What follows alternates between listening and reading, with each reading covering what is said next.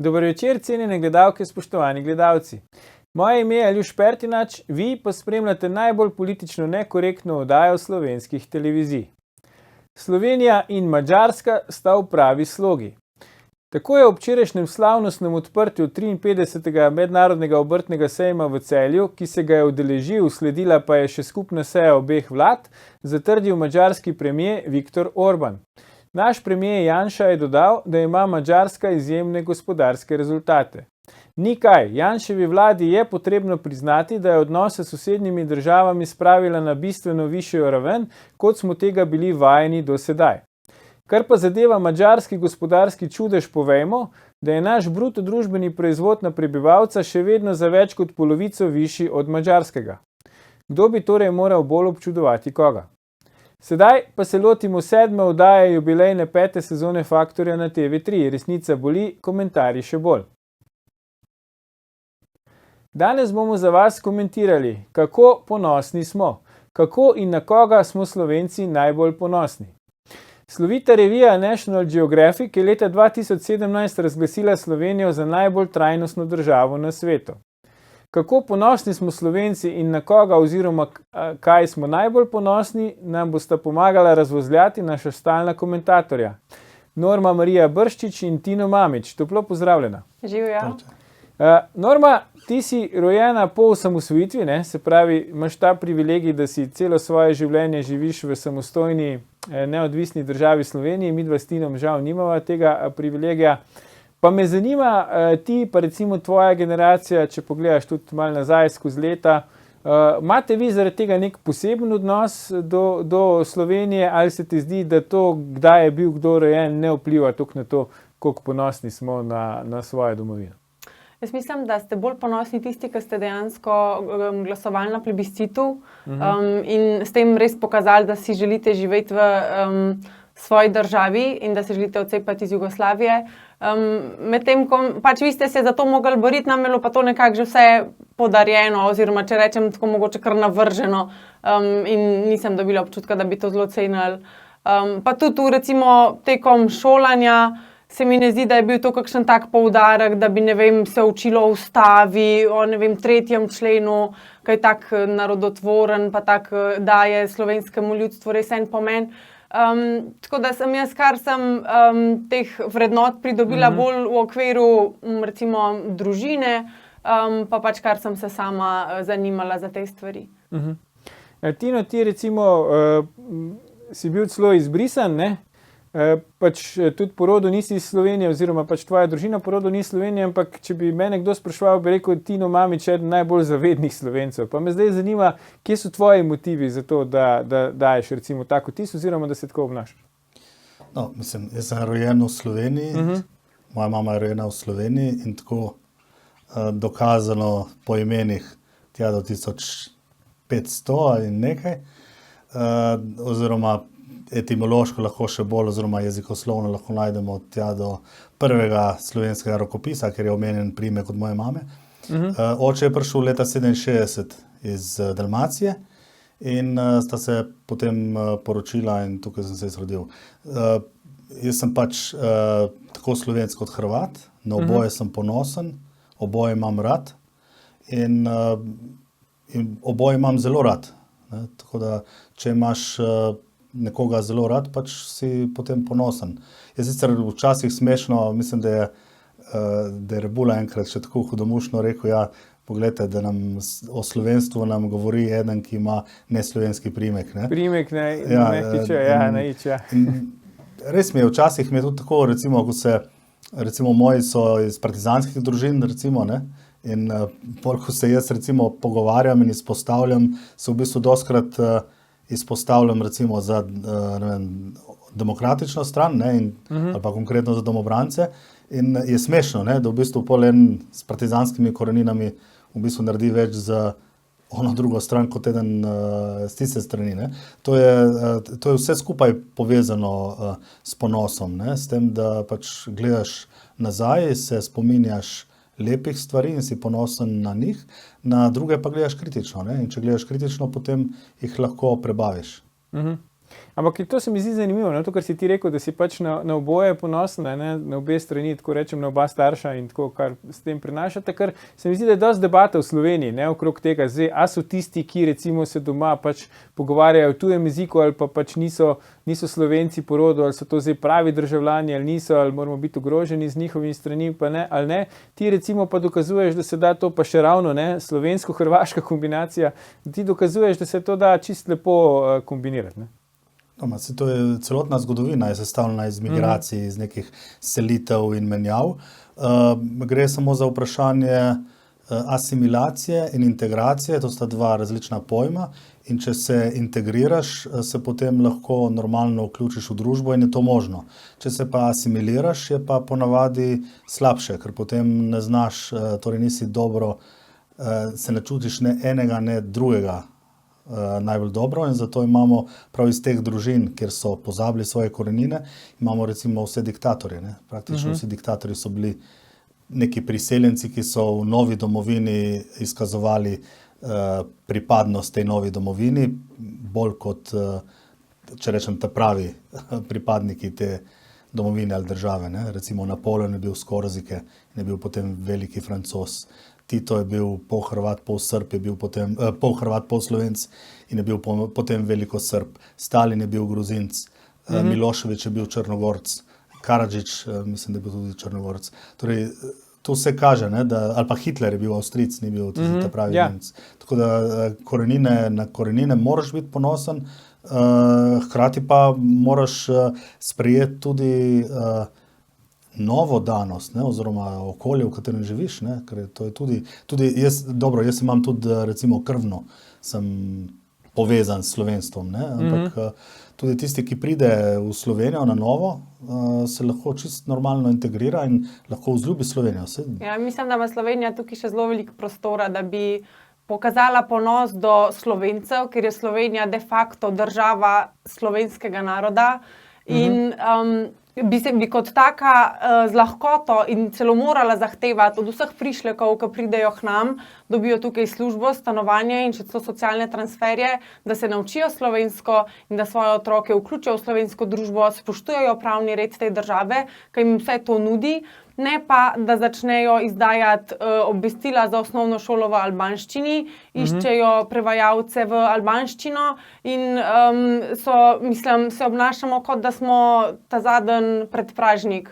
Servisiramo vsakega, ko pride mimo, ponosa do samih sebe pa sploh po tej liniji nekako ne zahtevamo oziroma ga ne izkazujemo že sami kot mi, potem ga pač tudi oni ne.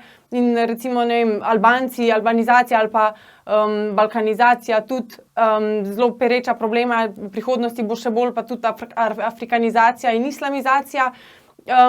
In glede teh stvari se mi zdi, Slovenci kar nekako pokleknemo, pa se v imenu neke solidarnosti in tolerance pustimo, da nas v bistvu ne spoštujejo tisti, ki pridejo k nam.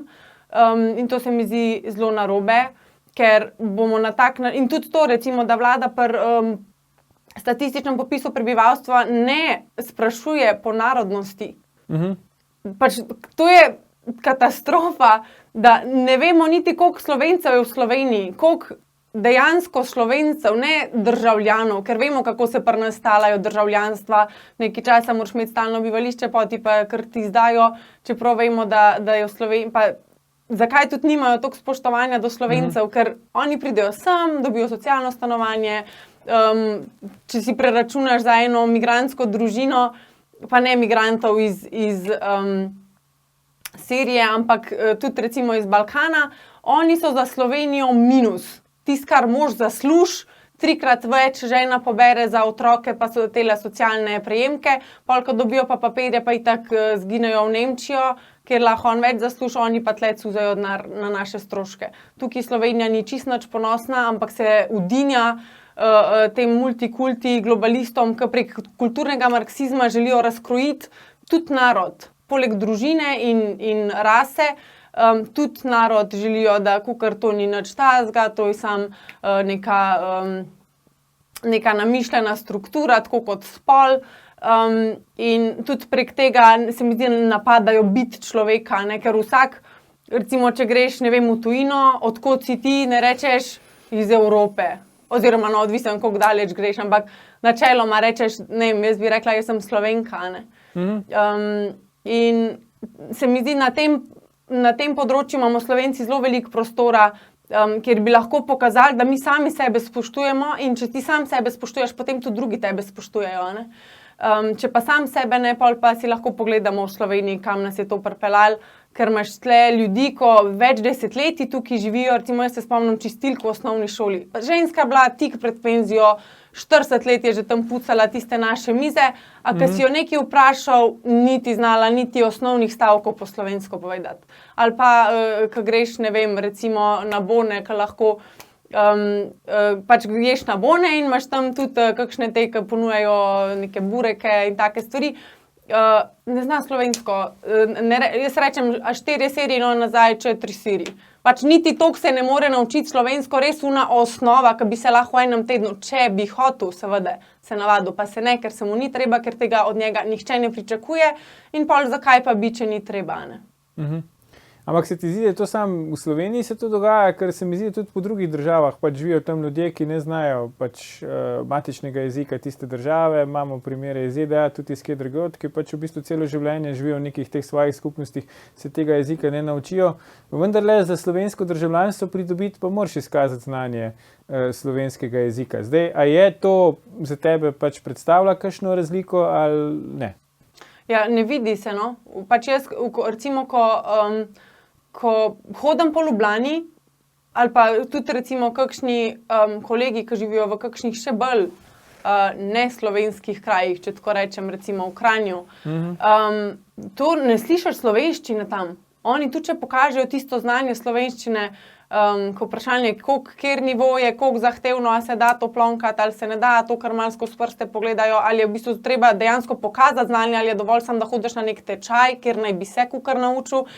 Jaz s temi podrobnostmi prav takimi nisem seznanjena, ampak se mi zdi, da učinka, da bi se ti ljudje potem naučili slovensko in spoštovali slovensko državo in govorili slovensko na ulici, ni. Ker so čedalje več mest, tudi po Ljubljani, čedalje večkrat, sploh ne slišiš več slovenščine. Ja, bomo vprašali Tina, kakšen občutek ima on, ampak po oglasih, tako da ne nam ujiti gledalke, gledalci, se vrnemo po oglasih, ko nadaljujemo s komentiranjem, kako ponosni smo Slovenci. Ostanite.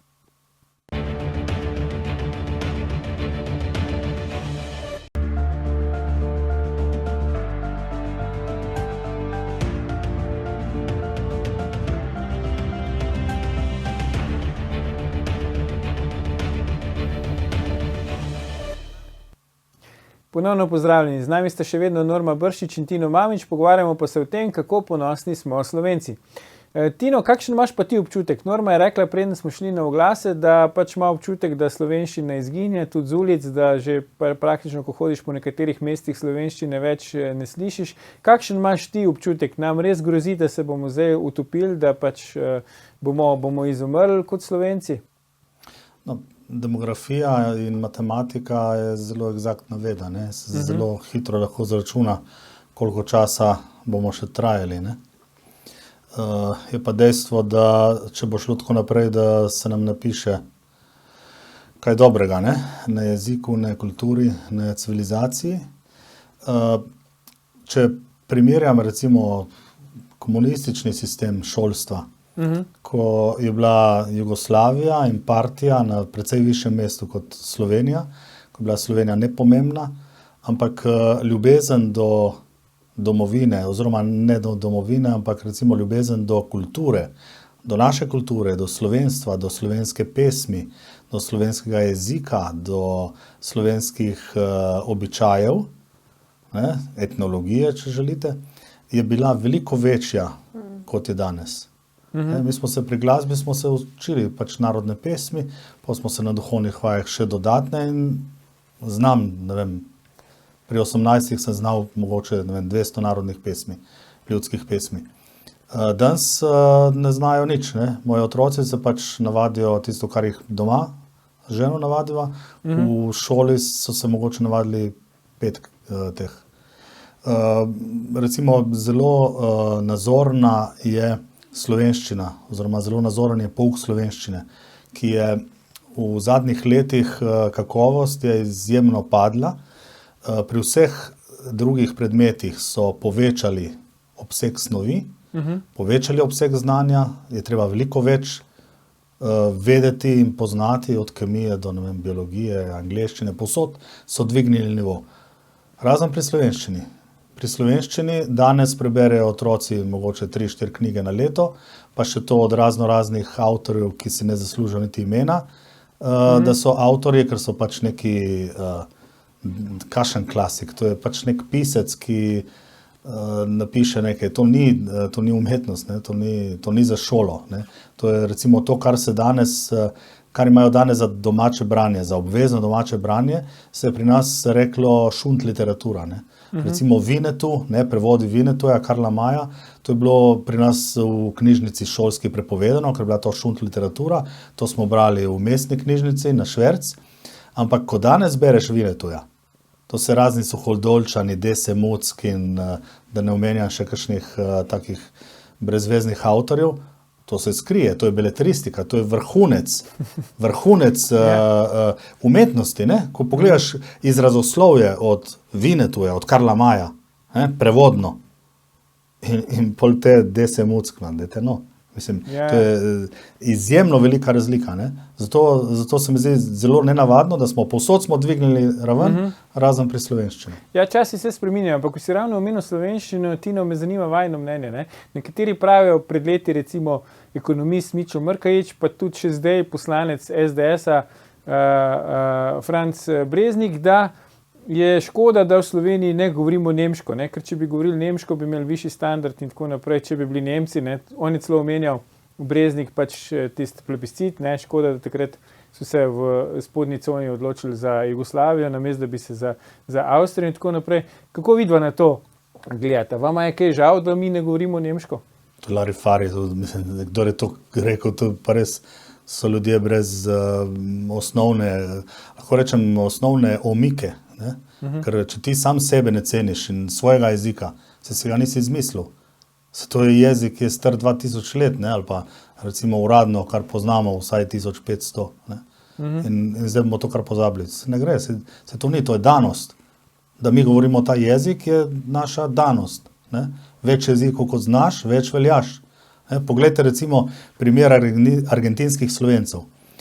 Mnogi argentinski Slovenci do vstopa v prvi razred niso znali špansko, praktično skoraj nič, ne? Kar so malo po televiziji ali pa še to ne. In ko so prišli potem z odličnim znanjem slovenščine v prvi razred španske šole, so v par letih je bilo več primerov, da so postali ti Slovenci najboljši v španščini, pri jeziku španščine. Ne, to zato, ker dobro govorijo svoj materin jezik. Ne, recimo pri nas je pa ta logika, da tudi recimo priseljenci mnogi starši govorijo neko spakedranščino, neko pol slovensko, pol ne vem kaj, in potem ne znajo otroci ne enega, ne drugega. Ne, v šoli se učiš pač en tak nekega čudnega jezika, zelo bornega, čeprav je velikokrat pravilen, ampak je zelo boren, ne, prav zaradi tega, ker se ne bere, tudi učitelji ne berejo. In kaj lahko potem od njih pričakujemo? Ne?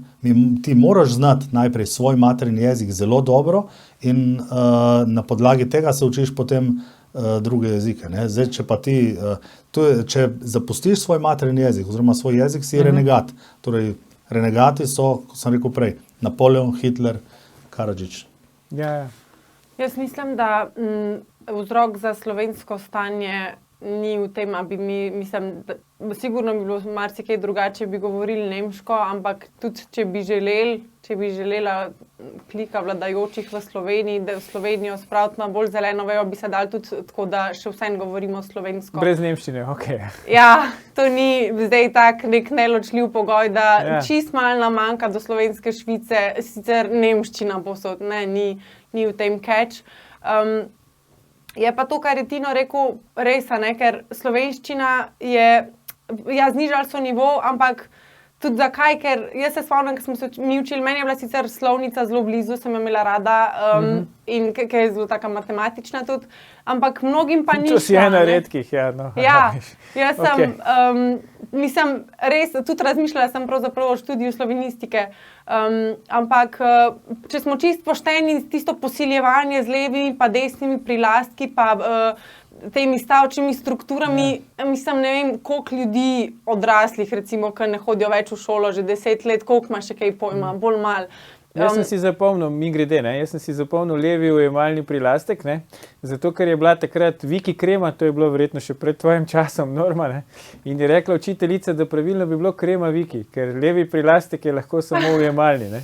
In potem sem s tem težil pač vsakmu, ki me je bil pripravljen poslušati in svojim otrokom, ampak zdaj ne boste verjela, zdaj se je pa spremenilo, čeprav vem, zdaj ne me prijeti za besedo, mislim, da zdaj levi prilastek ni nujno, da je samo ujemalni, se pravi lahko spet Krema Viki, mislim, Viki Krema, ni nujno, da je Krema Viki.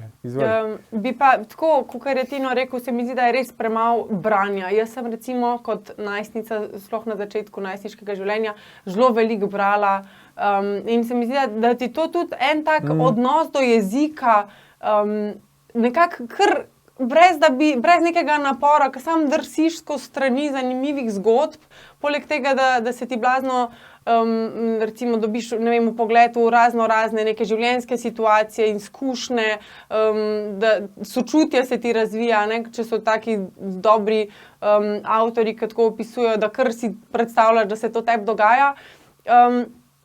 Če pa tega ni, pa je to vse zreducirano na branje neke LGBT literature, pa nekih pedofilskih avtorjev, ki jih pol zaradi političnih vez promovirajo po šolah, pa veš, da iz tega ne more nič dobrega priti. In mislim, tudi to je en razlog, ampak tudi če bi, mislim, Slovenci nimamo načeloma toliko težav s slovenščino, čeprav ko bereš kakšne komentarje na kakšnih spletnih portalih, se tudi malo vprašaš. Ampak načeloma pa je problem v znanju slovenščine to, da tisti, ki pridejo k nam, jih prav briga. Pač nočejo se naučiti, ne bodo se naučili in iz odpora, iz protesta do ne vem, neke jeze, ne vem na koga, na nas, po vsej logiki ne bi smela biti, ker tukaj zdaj živijo, očitno jim je tukaj boljš, kot tam, kjer so bili prej. In bi to hvaležnost lahko tudi na tak način pokazala, ampak mogoče je pa tudi jezik tukaj težek se za naučiti, ampak nekaj mi je še zanimivo, kar si prej... Lahko samo en stavek, da dopolnim. En kulturnik je enkrat dejal, je rekel, poglejte, v nobenem jeziku na svetu ne moraš v poeziji tako lepo izraziti ljubezenskega čustva in ljubezenskega odnosa, kot v slovenščini, ki ima dvojino.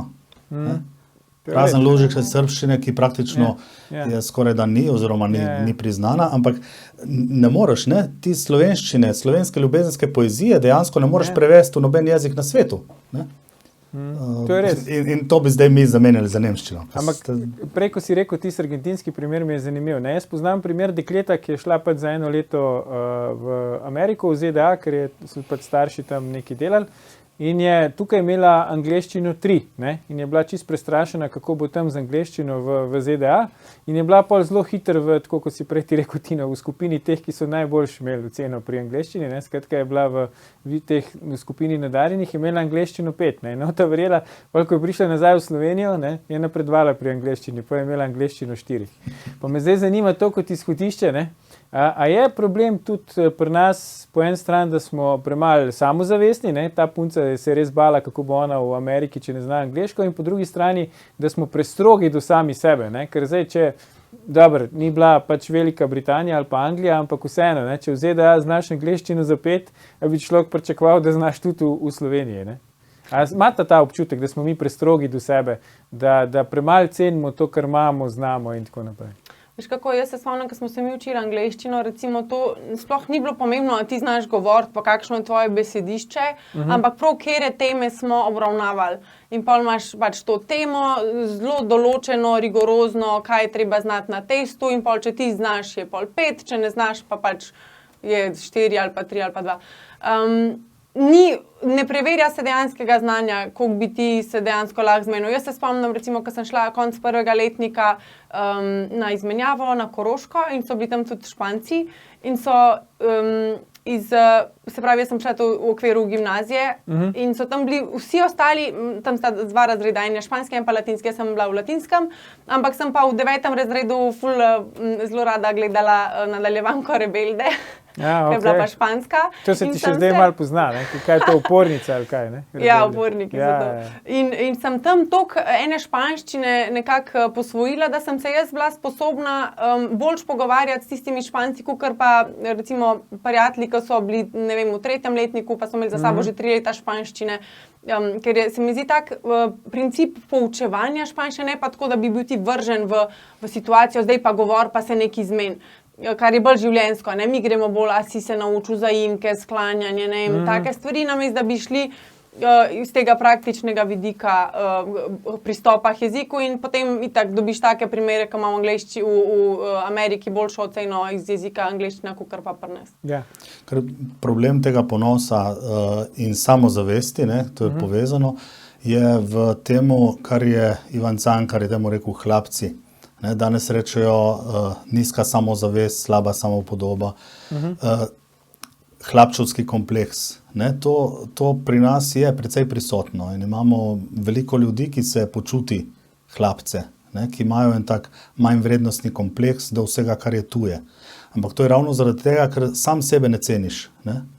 In če sam sebe ne ceniš, si renegat, si pač nek destruktiven faktor, in delaš slabo, ne, zase in za druge.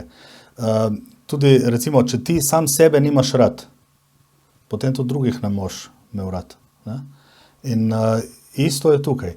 In zdaj tukaj je bilo narejeno pač v zadnjih desetletjih zelo malo oziroma zelo veliko na temu, da se je ta samozavest še bolj potlačila.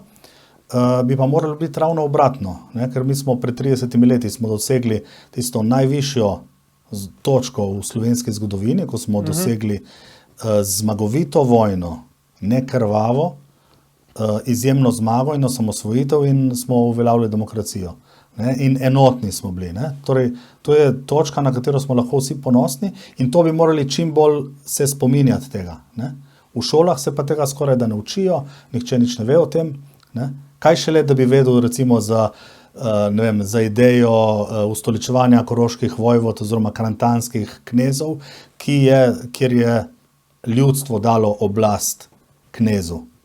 In to je potem 1000 let kasneje so prevzeli razsvetljenci in dali recimo ameriško ustavo. Ne? In popolnoma spremenili. Ne? Takrat se je v bistvu končal v nekem smislu srednji vek, ampak končal se je s tem, da so uveljavili slovensko idejo.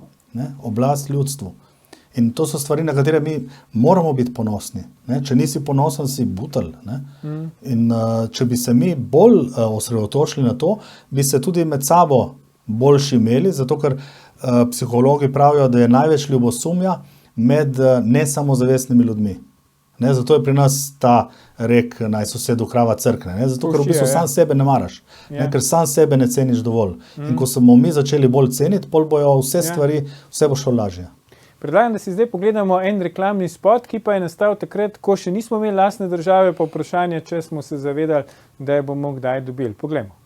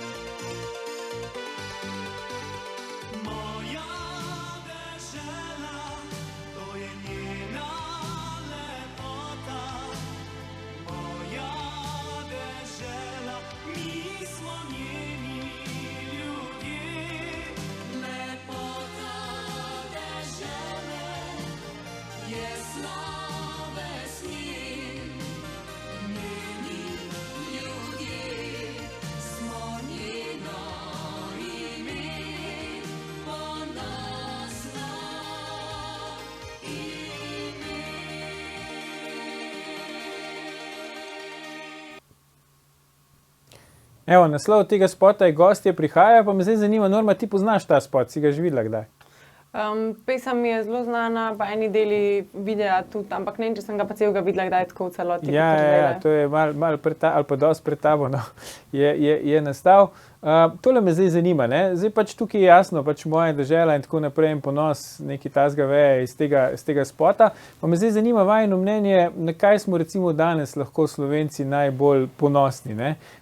Velikokrat slišimo tudi v javni debati, ja, pač to ni to, za kar smo se borili ob osamosvojitvi in tako naprej, to ni taka država, kot smo upali, da bo, ampak še zmeraj je to verjetno pač naša dežela, ne, oziroma moja dežela za vsakega izmed nas. Na kaj po vajinem mnenju smo lahko danes Slovenci pa res ponosni? Ja, sigurno bi se vsi Slovenci strinjali, da smo najbolj ponosni na naše športnike. Ampak sam, če zmagujejo, ne, imam občutek, ker včasih se mi zdi, tudi recimo, če zgubijo ali pa če zgubijo v finalu ali pa v boju za medaljo, je dostikrat ta interpretacija, da se niso borili, ne. Se pravi, ko mi zgubimo, se ne borimo, ne. Ne zato, ker so oni drugi bili boljši ali pa bolj kvalitetni ali kakorkoli, ne, ampak naši zgubijo, ker se niso borili, ne. Odkot, a je to, kar ti praviš, ne, se pravi, ta naš večni občutek, da mi zgubimo zato, ker se ne trudimo dosti, ne. Kakor da je, ne vem, neka tekma za medaljo na olimpijskih igrah, recimo, da je to lahko zdaj vprašanje, kdo se trudi, ne. Mislim, da nek športnik, ki pride na olimpijske igre, pa v igri za medaljo, se bo valjda potrudil, pa ne bo za rezultat odvisno od tega, koliko se je kdo potrudil. Kaj bi da pravite? Dobro, sem pri športu, konkretno pri recimo ekipnih športih in športih žogov, ker so recimo drugi narodi precej večji in imajo pač boljši nabor športnikov. Tako, ja. Potem zmaguješ z delom, ne? In zato pol mogoče je pač ta kompleks, da se tako jih pač tako. Ampak jaz bi to, kar je rekla Norma, jaz ne bi tega tako povezdoval, ne? Šport, ja, seveda je, smo ponosni, je v redu, ampak to ni ključno, ne? To je še vedno v bistvu, lahko rečem, zabava, ali pa celo posel, ne, sploh ni, ker tukaj športa in zdravja ni kaj dosti več, ne. Ja. Tako da jaz mislim, da imamo ogromno stvari, na katere smo lahko ponosni, ko jih imamo vsi, ne, od jezika do tudi strpnosti, recimo. Norma je v začetku govorila predvsej tako o teh prišlekih, ki ne spoštujejo naše kulture, ne, ampak po drugi strani moramo pa biti ponosni na to, da smo vedno sprejemali tujce. Če pogledamo priimke, ne, najbolj pogosti priimki, kjer so Horvat, ne, vemo, odkot je prišel Novak, ne, vemo, da je prišlek, ne. Tako da mi smo vedno bili, naši predniki so vedno bili zelo prijazni, tudi danes smo prijazni, ne. Tako da na to je treba, to ne pomeni, da tisti, ki pride, lahko dela kar hoče, ne, od njega moraš zahtevati, ne.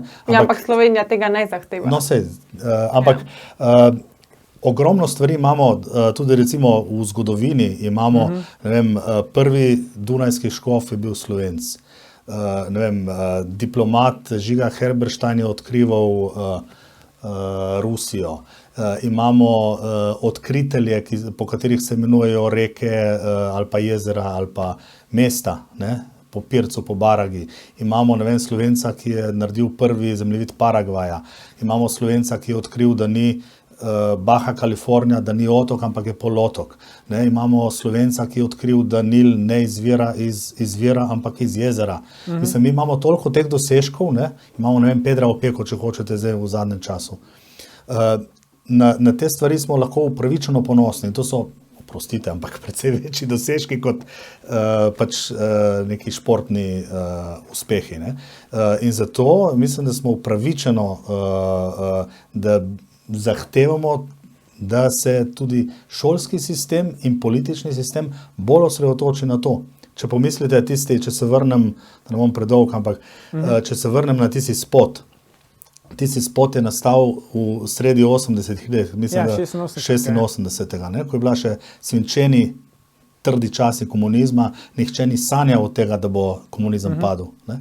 In v bistvu s tem spotom se je začela tudi neke vrste slovenska revolucija, lahko rečemo, ne, ki je pripeljala do zloma komunizma in uvedbe demokracije in zloma Jugoslavije oziroma propada Jugoslavije, kar smo mi začeli, v Sloveniji se je začel razpad te diktature in se osamosvojili, ne. V bistvu z ene take majhne stvari, ko smo se začeli spominjati na to, kar smo, se je potem razvila ena zelo velika uspešna zgodba. Zato jaz mislim, da lahko tudi danes naredimo spet, se potrudimo, naredimo en dober spot in začnemo, ne? Začeti je treba. Ne? To me zanima. No, začeli smo vdajo s tem, da nas je ta revija National Geographic leta 2017 razglasila za najbolj trajnostno državo na svetu, pa me zanima, če je to tudi po vajinem mnenju nek dokaz slovenskega ponosa, ne? Ker se mi zdi to, da pač to je odvisno od prebivalcev. Ne? Zdaj, če se mi ne bi tako obnašali, kot se obnašamo, ne bi skrbeli za naravo in tako naprej, verjetno ne bi pač bili taka država, kakršna smo. Ne? Tujci, ko k nam prihajajo, pač to ponovadi tudi pohvalijo. Me zanima, se vama zdi, da je to tudi neka oblika ponosa, da ni samo recimo so neke domoljubne pesmi, pa mahanje zastavo, da se tudi na drugih področjih recimo ta nek ponos na domovino kaže. Ja, gotovo. Slovenija, jaz se spomnim, recimo, pa tako nisem hotela tako ti kontrirati v tem smislu, da bi mogli drugače obnašati do tujcev, ampak vidiš, recimo, v Cerknici so se preselili eni Angleži.